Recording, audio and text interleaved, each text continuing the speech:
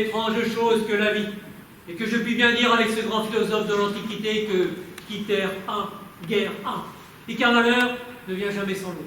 Vous n'avez qu'une seule femme, qui est l'autre. Combien donc en voulez-vous avoir? Elle est morte, monsieur mon ami. Cette perte m'est très sensible et je ne puis m'en ressouvenir sans pleurer.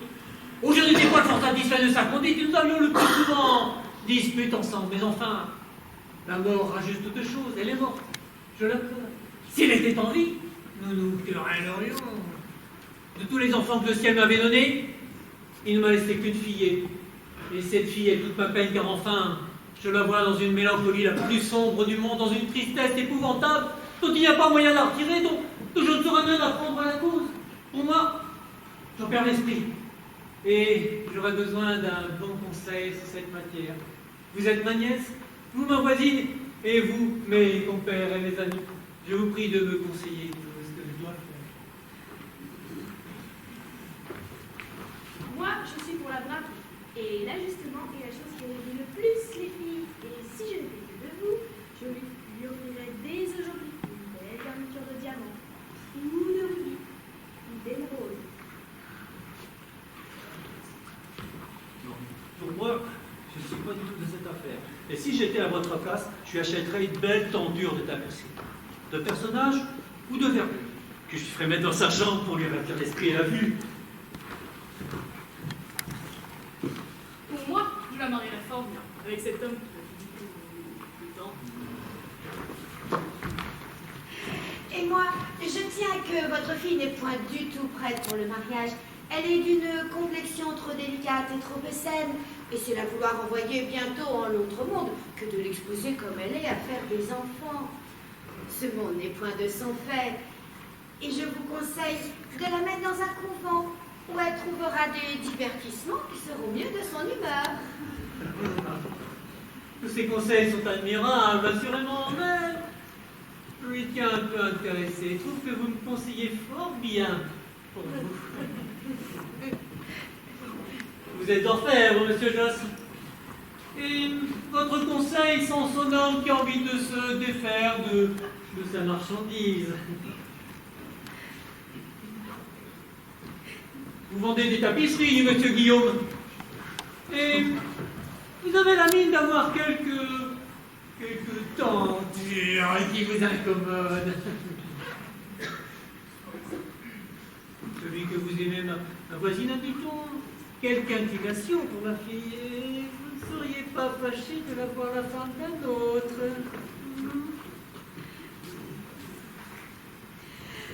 Quant à vous, ma chère nièce, ce n'est pas mon dessein commencer de marier ma fille avec qui que ce soit. J'ai mes raisons pour cela. Mais le conseil que vous me donnez de la faire religieuse est d'une femme qui pourrait bien souhaiter charitablement d'être mon héritière universelle. Ainsi donc, messieurs et mesdames, quoique vos conseils soient les meilleurs du monde, vous trouverez bon, s'il vous plaît, que je n'en suive aucun.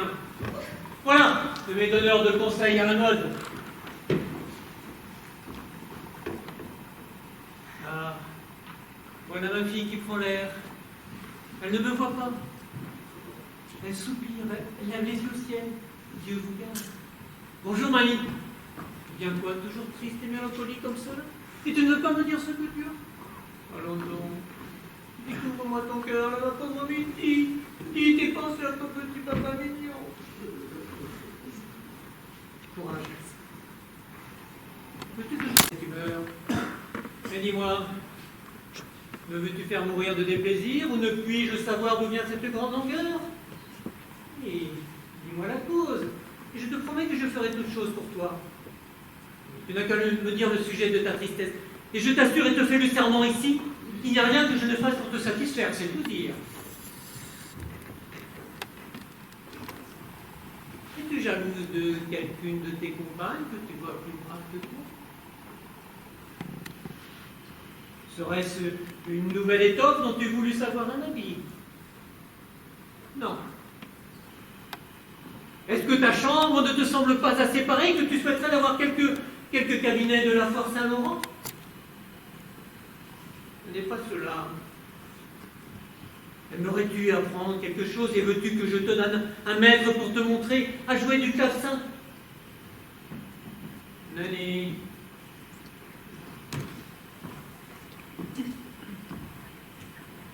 Aimerais-tu quelqu'un? Souhaiterais-tu d'être marié? Eh bien, monsieur, vous venez d'entretenir votre fille.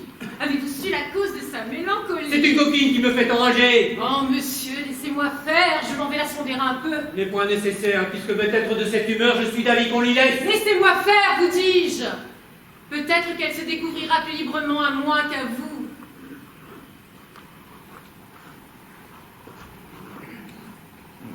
Quoi, madame? Vous ne nous direz point ce que vous avez? Et vous voulez affliger ainsi tout le monde? Il me semble qu'on n'agit point comme vous faites.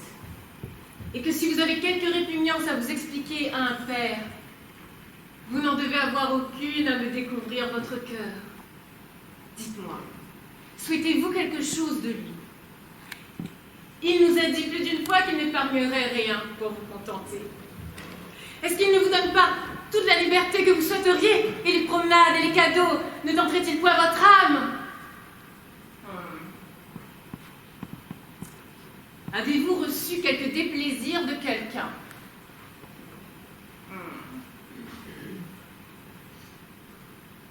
N'auriez-vous point quelque secrète inclination avec qui vous souhaiteriez que votre père vous mariât? Ha! Je vous entends, voilà l'affaire! Que diable! Pourquoi tant de façon? Monsieur le misère! Fin, fille ingrat, je ne te veux plus parler, je te laisse dans ton obstination. Mon père, vous savez que je vous dise la chose. Oui, je perds toute l'amitié que j'avais pour toi. Monsieur, sa tristesse! C'est une coquine qui me veut faire mourir. Mais mon père, Ce n'est pas la récompense de t'avoir élevé comme j'ai fait. Mais monsieur! Maman, je suis contraint dans une colère épouvantable. mais mon père, Je n'ai plus aucune tendresse pour toi. Mais! C'est une coquine, mais, une friponne, une ingrate.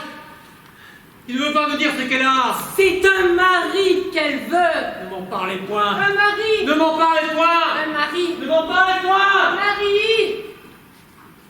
Un mari, un mari, un mari!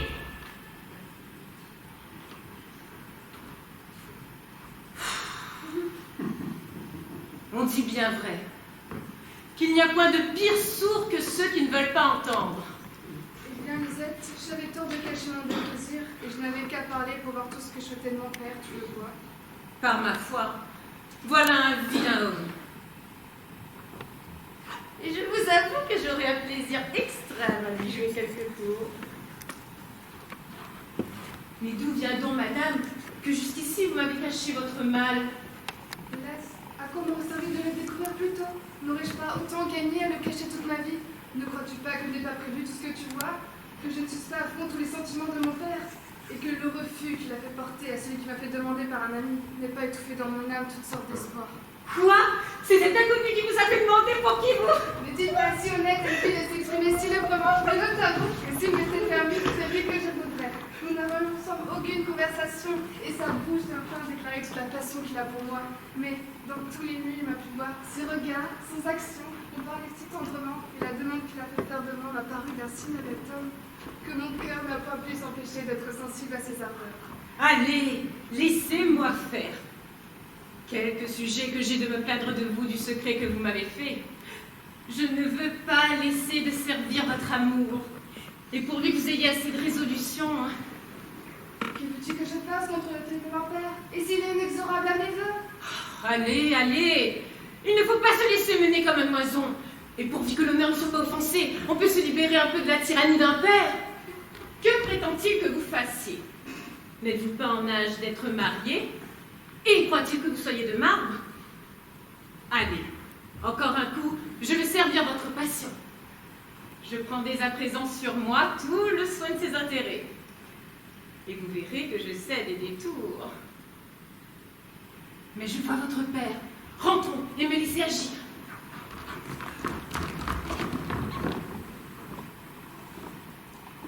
Il est bon quelquefois de ne point faire semblant d'entendre les choses qui me semblent trop bien. Et j'ai fait sagement de parer la déclaration d'un désir que je ne suis pas résolu de contenter. A-t-on jamais rien vu de plus ridicule que cette coutume où l'on veut assujettir les pères? Rien de plus impertinent, de plus ridicule que d'amasser du bien avec de grands travaux, d'élever une fille avec beaucoup de soin et de tendresse, pour se dépouiller de l'un et de l'autre entre les mains d'un homme qui ne nous touche rien. Non, non, je me moque de cet usage et je veux garder mon bien et ma fille pour moi. Ah, malheur! Ah, disgrâce! Ah, monseigneur Sganarelle. Où pourrais-je te rencontrer? Que dit-elle là? Oh, misérable père! Que feras-tu quand tu sauras cette nouvelle? Que sera-ce? Ma pauvre maîtresse! Je suis perdu. Ah! Lisette! Quelle infortune! Lisette! Quel accident! Lisette! Quelle fatalité!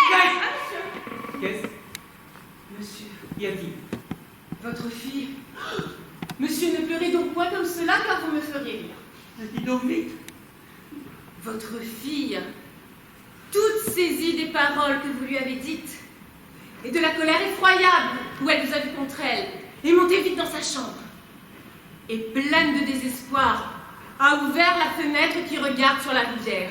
Eh bien, Alors, levant les yeux au ciel, non, a-t-elle dit, il m'est impossible de vivre avec le courroux de mon père, et puisqu'il me renonce pour sa fille, je veux mourir! elle s'est jetée. Non, monsieur.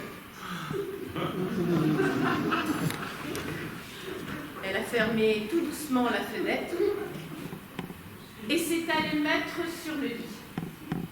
Là, elle s'est prise à pleurer amèrement. Et tout d'un coup, son visage a pâli, ses yeux se sont tournés, le cœur lui a manqué et elle m'est demeurée entre mes bras. Oh, ma fille. À force de la tourmenter, je l'ai fait revenir, mais cela lui reprend de moment en moment, et je crois qu'elle ne passera pas la journée. Champagne, vite. On a mieux guérir les médecins, et en quantité. On en peut trop avoir dans une pareille aventure. Oh, ma fille, ma pauvre fille. Que voulez-vous donc faire, monsieur, de 4 médecins? N'est-ce pas assez d'un pour tuer une personne? Taisez-vous. 4 conseils valent mieux qu'un. Est-ce que votre fille ne peut pas bien mourir sans le secours de ces messieurs-là? Est-ce que les médecins font mourir? Sans doute.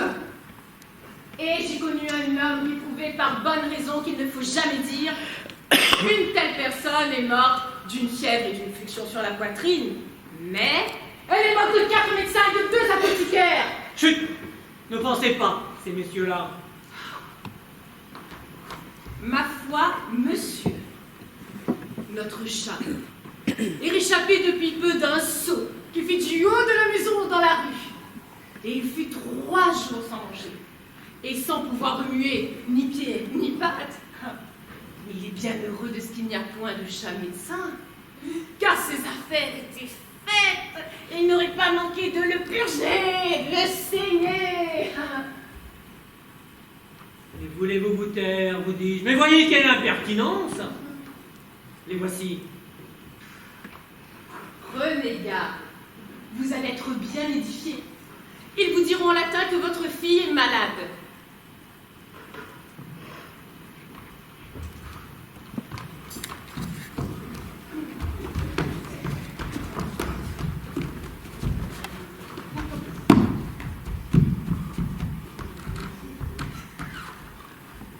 Eh bien, messieurs, Nous avons suffisamment vu la malade, et sans doute qu'elle a beaucoup d'impureté dans son corps. ma fille est impure. Je veux dire qu'il y a beaucoup d'impureté dans son corps, une quantité d'humeur corrompue. Ah, je vous entends. Mais nous allons consulter ensemble. Faites donner des sièges.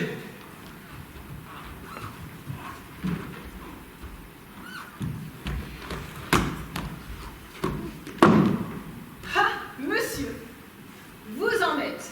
De quoi donc connaissez-vous, monsieur? De l'avoir vu l'autre jour chez la bonne amie de madame votre nièce. Et comment se porte son cocher? Fort bien. Il est mort. Mort! Oui, Cela ne se peut! je ne sais si cela se peut, mais je sais bien que cela est. Il ne peut pas être mort, vous dis-je! Et moi, je vous dis qu'il est mort et enterré. Vous vous trompez! Je l'ai vu. C'est impossible! Hippocrate dit de ces sortes de maladies ne finissent toujours qu'au 14 au 21! Alors que ça fait que 26 jours qu'il est tombé malade!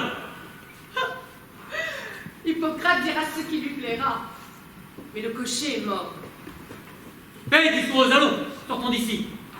Messieurs, je vous supplie de la consulter de la bonne manière. Et quoi? Que ce ne soit pas la coutume de payer auparavant 2 fois, de peur que je l'oublie, et afin que ce soit une affaire faite.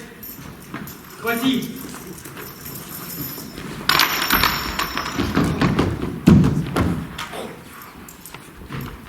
Paris est étrangement grand, et il y faut faire de longs trajets, quand la pratique donne un peu. J'ai une mule admirable pour ça, et on a peine à croire tout le chemin que je fais faire chaque jour. J'ai un cheval merveilleux. C'est un animal infatigable. Savez-vous tout le chemin qu'a parcouru ma mule aujourd'hui? J'ai été tout premièrement contre l'Arsenal. De l'Arsenal au bout du faubourg Saint-Germain. Du faubourg Saint-Germain au fond du Marais. Du fond du Marais à la porte Saint-Honoré. De la porte Saint-Honoré à la faubourg Saint-Jacques. Du faubourg Saint-Jacques à la porte Richelieu. Et de la porte Richelieu, ici. Mon cheval a fait tout ce chemin aujourd'hui. Et depuis, j'étais à Ruelle pour un malade. Mais à propos, quel parti prenez-vous dans la querelle des deux médecins Théophraste et Artémus? C'est une affaire qui divise tout notre corps. Moi, je suis pour Artémus. Moi aussi. C'est pas de son avis comme on l'a vu ni tuer le malade. Ni celui de Théophraste ne fut bien assurément meilleur. Mais enfin, il a tort dans la circonstance. Il devrait pas être d'un autre avis que de son ancien. Qu'en dites-vous? Sans doute. Il faut toujours garder les formalités, quoi qu'il puisse arriver. Pour moi, j'y suis sévère en diable. À moins que ça soit entre amis et qu'on assemble un jour un médecin du Nord pour une consultation où j'arrêtais toute l'affaire, ne voulut point endurer qu'on opiniât. Les gens de la maison faisaient ce qu'ils pouvaient. La maladie pressait, mais je voulus point des morts et la malade mourut bravement dans cette contestation. Il est fort bien fait d'apprendre aux gens à vivre de lenteur avec jaune. Un homme mort dès qu'un homme mort ne fait pas de conséquences, mais de formalité négligée porte un notable préjudice à tout le corps de médecine. Messieurs, l'oppression de ma fille augmente. Je vous prie de me dire vite ce que vous avez résolu. Ah, monsieur! Monsieur, parlez s'il vous plaît. Allons! Monsieur, je ne parlerai pas le premier. Mais monsieur! Monsieur! De grâce, messieurs, laissez toutes ces cérémonies, songez que les choses pressent. La maladie de votre fille! Après avoir bien consulté, De grâce, messieurs, parlez l'un après l'autre. Monsieur, nous avons raisonné sur la maladie de votre fille. Et à mon avis, à moi, c'est que cela procède d'une grande chaleur de sang. Ainsi, j'en conclus à la saigner le plus tôt que vous pourrez. Et moi, je dis que sa maladie est causée par une trop grande répétition. Ainsi, j'en conclus à lui donner de l'émétique. Mais je soutiens que l'émétique natura. Et que moi, que la saignée à faire mourir. Mais c'est bien à vous de faire la belle homme. Oui, c'est à moi, et je vous prêterai le colère toujours d'érudition. Souvenez-vous de l'homme que vous faites crever ces jours derniers. Et vous de la dame que vous avez envoyée dans l'autre monde il y a 3 jours. Monsieur, je vous ai dit mon avis. Je vous ai dit ma pensée. Si vous ne faites pas saigner votre fille, c'est une personne morte. Si vous la faites saigner, elle ne sera pas en vie dans un quart d'heure. À qui croire des deux? Et quelle résolution prendre sur des avis si opposés? Messieurs, je vous conjure de me dire vite sans passion ce que vous croyez le plus propre à soulager ma fille. monsieur, dans ces matières-là, il faut procéder avec circonspection et ne rien faire comme on dit à la volée. D'autant que notre maître Hippocrate, elle nous dit qu'il y a une dangereuse conséquence. Il est vrai, il faut bien prendre garde à ce que l'on fait ici, car ce ne sont pas des jeux d'enfants. Et quand on a failli, il n'est pas aisé de réparer le manquement et de rétablir ce que l'on a gâté. Experimentum periculosum. C'est pourquoi il s'agit de raisonner auparavant comme il faut, de peser mûrement les choses, de regarder le tempérament des gens, d'examiner les causes de la maladie et d'y voir les remèdes qu'on peut y apporter. L'un marche en tortue, l'autre court la poste. Monsieur, pour en venir au fait, je crois que votre fille a une maladie chronique et qu'elle veut péricliter si on lui donne du secours. D'autant que les symptômes sont indicatifs d'une vapeur morticone qui lui picote les membranes du cerveau. Or, cette vapeur que nous nommons atmos en grec est une issue d'une humeur putride, tenace, combutineuse contenue dans le bas-ventre. Et comme ces humains-là ont été engendrés par une longue succession de temps, elles s'y sont recuites et ont acquis cette malignité qui fuse vers la région du cerveau. Si bien que pour tirer, détacher, arracher, expulser les dishumeurs, il faudra une purgation vigoureuse. Mais au préalable, il n'y a pas d'inconvénient d'user de petits remèdes anodins, c'est-à-dire petit lavement rémolliant d'éclaircies qu'on met de sirop de Julette qu'on mêlera dans sa petite tisane. Ensuite, nous en viendrons à la purgation et à la saignée que nous réitérerons s'il en est besoin. Ce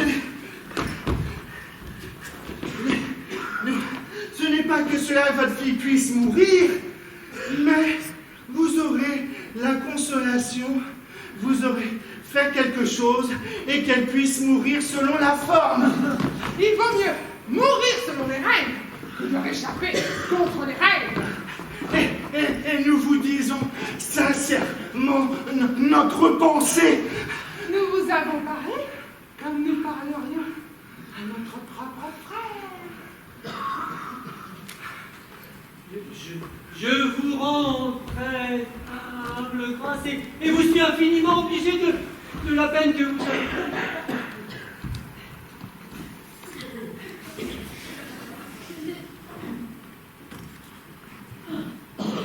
Voilà un peu plus incertain que je n'étais auparavant. Morbleu, il me vient une fantaisie. Il faut que j'aille acheter de l'orviétan et que je lui en fasse prendre. L'orviétan est un remède dont beaucoup de gens se sont bien trouvés.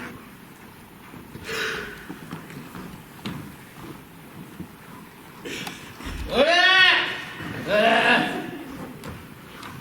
N'allez-nous pas de honte, messieurs, de montrer si peu de prudence pour des gens de votre âge et de vous être querellés comme de jeunes étoilés.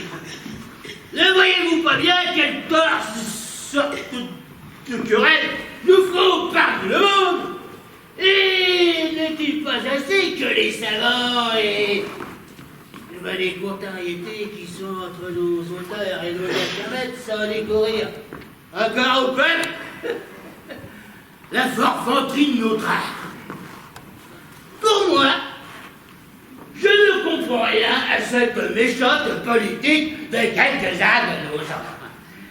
Et il faut confesser que toutes ces contestations nous ont décrié depuis peu d'une étrange manière, et que si nous n'y prenons garde, nous allons nous ruiner nous-mêmes. Je ne parle pas pour mes intérêts. Car Dieu merci, j'ai déjà établi mes petites affaires. Qu'il pleuve, qu'il vente, qu'il grêle, ceux qui sont morts sont morts. J'ai de quoi me passer des vivants. Et toutes ces disputes ne valent rien pour la médecine. Et le plus grand faible des hommes, c'est l'amour qu'ils ont pour la vie. Et nous en profitons, nous autres, dans notre propre galimacard. Nous n'allons point, dis-je, détruire les heureuses préventions d'une erreur qui donne du pain à tant de personnes. Vous avez raison dans tout ce que vous dites, mais ce sont parfois des chaleurs de sang dont on n'est pas le maître. Eh bien, mettez bas toute rancune et faisons ici votre accommodement. J'y consens. Je vais éviter pour la malade dont il est question et je vous passerai tout ce qu'il voudra pour le prochain malade dont il s'agira. Voilà qui est bien dit, et se mettre à la raison. Allez, touchez donc là. Adieu. Une prochaine fois, montrez plus de prudence. Quoi, monsieur? Vous voilà? Et vous ne songez pas à réparer le tort qu'on vient de faire à la médecine? Comment qu'est-ce? Un insolent qui a eu l'effronterie d'entreprendre sur votre métier et qui, sans votre ordonnance, vient de tuer un homme d'un grand épée au travers du corps. Vous faites la railleuse, mais vous passerez par nous main de ces jours. Je vous permets de me tuer lorsque j'aurai recours à vous.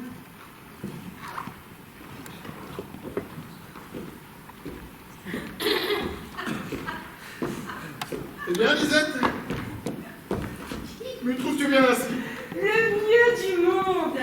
Je l'attendais avec impatience! Enfin, le ciel m'a fait de naturel le plus humain du monde. Et je ne puis voir deux amants soupirer l'un pour l'autre, qu'ils ne me prennent une tendresse charitable et un désir ardent de soulager les maux qu'ils souffrent.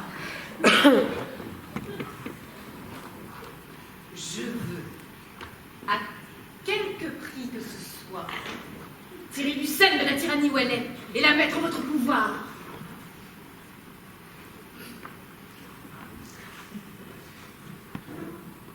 Vous m'avez plu d'abord, et je me connais en gens. Elle ne peut pas mieux choisir. L'amour risque des choses extraordinaires. Et nous avons concerté ensemble une manière de stratagème qui pourra peut-être nous réussir. Toutes nos mesures sont déjà prises. L'homme à qui nous avons affaire n'est pas des plus fins de ce monde. Et si cette aventure nous manque, nous trouverons 1000 autres voies pour arriver à notre but. Attendez-moi là seulement, je reviens vous guérir.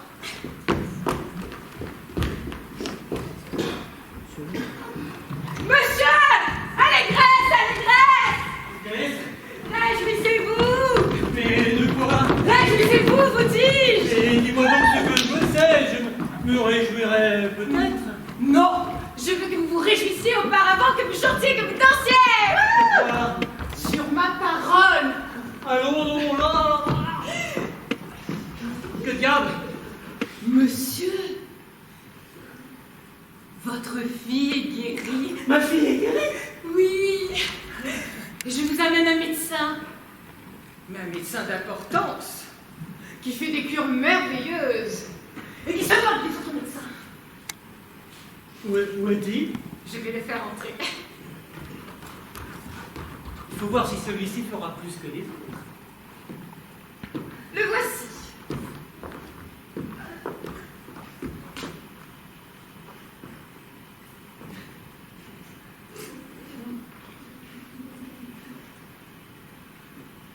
Voilà un médecin qui a la barbe bien jeune. La science ne se mesure pas à la barbe.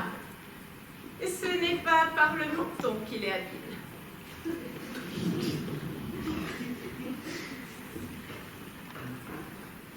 Monsieur, on m'a dit que vous aviez des remèdes admirables pour faire aller à la selle. Monsieur, mes remèdes sont différents de ceux des autres. Ils ont l'émétique, les saignées, les médecines et les lavements. Mais moi, je guéris par des paroles, par des sons, par des lèvres, par des talismans et par des anneaux constellés. Que vous ai-je dit? Voilà un grand homme. Monsieur, comme votre fille est là tout habillée dans une chaise, je vais la faire passer ici. Oui, fait.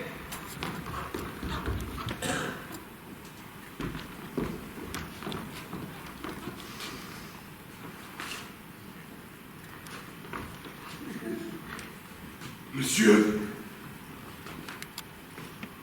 votre fille est bien malade. Vous voyez cela ici? Oui, par la sympathie qu'il y a entre le père et la fille. Tenez, monsieur, voilà une chaise auprès d'elle. Alors, décidez-la tous deux. Et pourquoi? Je me demeurer là? Vous moquez-vous? Puis-je vous éloigner? Un médecin a son chose à demander, qui n'est pas honnête qu'un homme entende. Ah, madame, que le ravissement où je me trouve est grand et je sais peu par où commencer mon discours. Quand je vous ai parlé que les yeux j'avais, ce me semblait sans chose à vous dire. Mais maintenant que j'ai la liberté de vous parler de la façon que je voulais, je demeure interdit et la grande joie où je suis étouffe toutes mes paroles. Je puis vous dire la même chose. Je ressens comme vous des mouvements de joie qui m'empêchent de pouvoir parler. Ah, madame, je serais heureux que vous sentissiez ce que je sens et que je puisse juger de votre femme par la mienne. Mais madame, puis-je au moins croire que ce soit à vous, à qui je dois la pensée de cet heureux stratagème qui me fait jouir de votre présence? Si on ne devait pas la penser, vous êtes au moins redevable d'avoir approuvé la proposition avec beaucoup de joie. Il me semble qu'il lui parle de bien près. C'est qu'il observe sa physionomie et tous les traits de son visage. Ah, madame, serez-vous constante dans ces bontés que vous me témoignez? Et vous, cette ferme de réflexion que vous m'avez montrée? Ah, madame, jusqu'à la mort, je n'ai point de plus forte envie que d'être à vous et je veux le faire paraître dans ce que vous m'allez voir faire.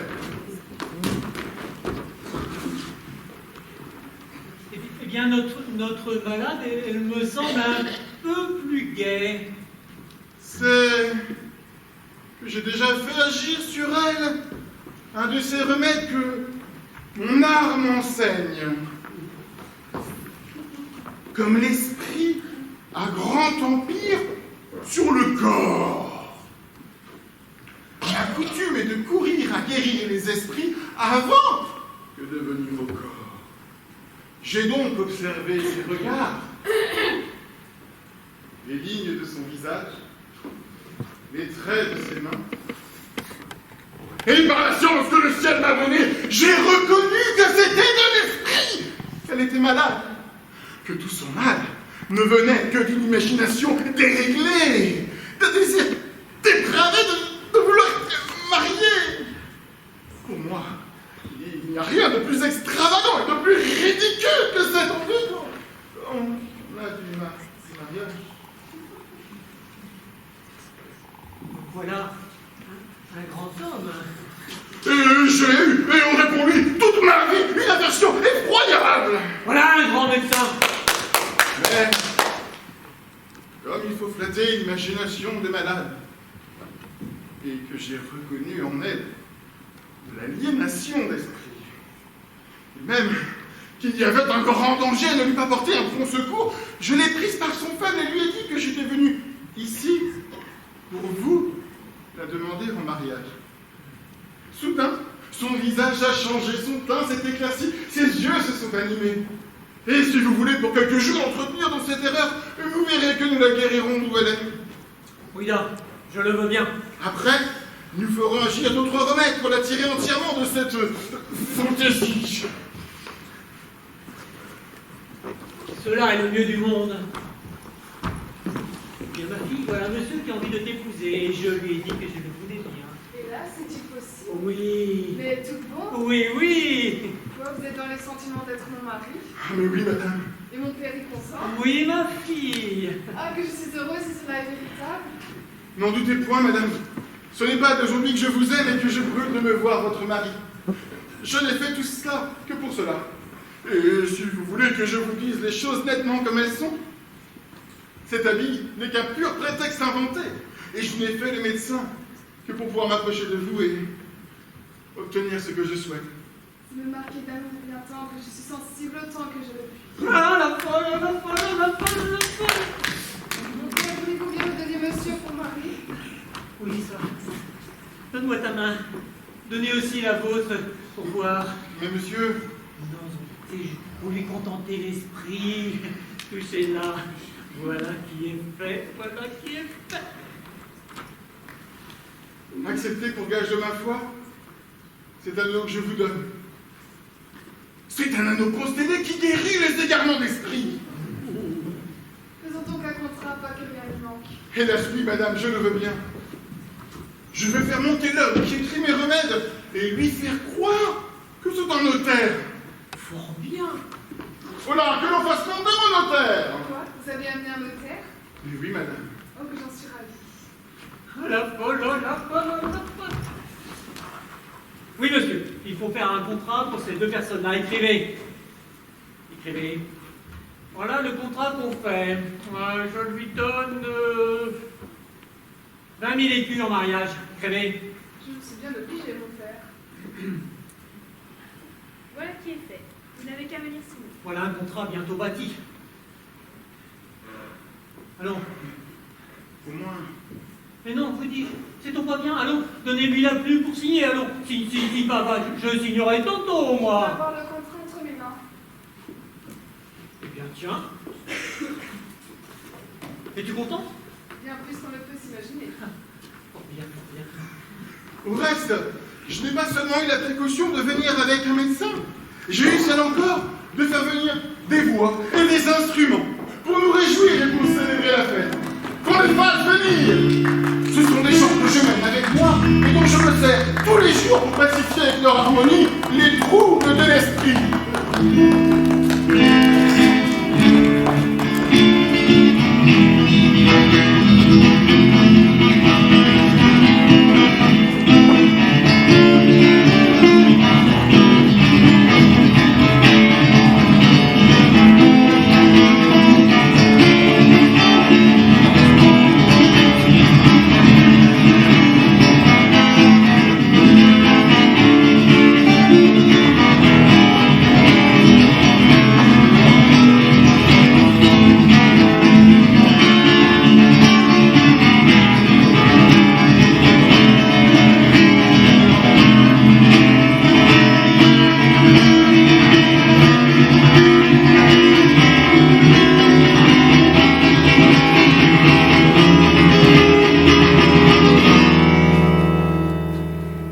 Voilà une plaisante façon de guérir. Et où est donc ma fille? Et le médecin? Ils sont allés achever le reste du mariage. Comment? Le mariage? Ma foi, monsieur, la bécasse est bridée. Et vous avez pu faire un jeu qui demeure une vérité. Mais laissez-moi aller! Que diable, laissez-moi aller, vous dites encore! Laissez-moi aller!